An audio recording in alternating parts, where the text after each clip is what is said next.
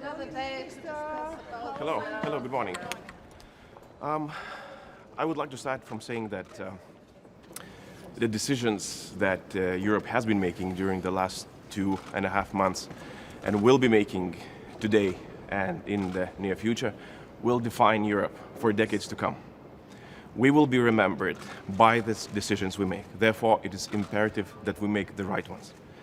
So first of all, when it comes to enlargement, we have to make sure that the negotiations with North Macedonia and Albania have to start immediately.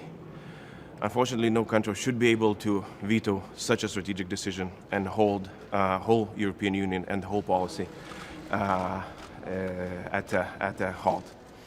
Same goes for the candidate status for Ukraine. The whole package has to move forward. The second thing is the restoration of Ukraine. Europe will be remembered the way how did we perform in this? Did we manage to restore the country back even better than it was before? Can we start the spring of Ukraine again? We did some right decisions when it comes to sanctions. We did some right decisions with military assistance to Ukraine, but it's definitely not the end.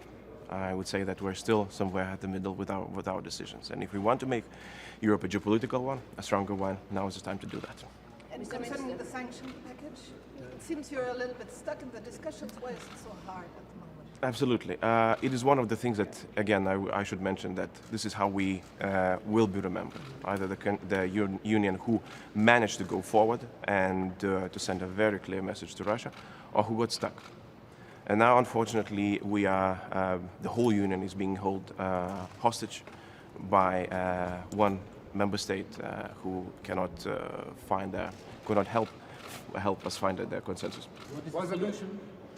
Well, one of the solutions could be help Ukraine to decouple itself from Russian oil and gas, because, as you know, the member state who cannot help us find their consensus is dependent on the traffic from Ukraine. So if the traffic would be stopped from Ukraine, the sanctions question would be solved altogether. So what are you going to be saying today to your Hungarian colleague? Sorry? What are you going to be saying to your Hungarian colleague today? Well, the same thing as always. We have to agree. We cannot be held hostage. Was it clever to talk about the sanctions before talking to Hungary? Maybe it would have been better to talk to Hungary before going out with that. Well, I mean, we've seen things that certain decisions were announced before the Council would sit and discuss. So I'm not sure whether it's always very productive to do that, but it is as it is. I mean, we have political leaders who, show leadership, but then, I mean, work to bring the results to action need to follow.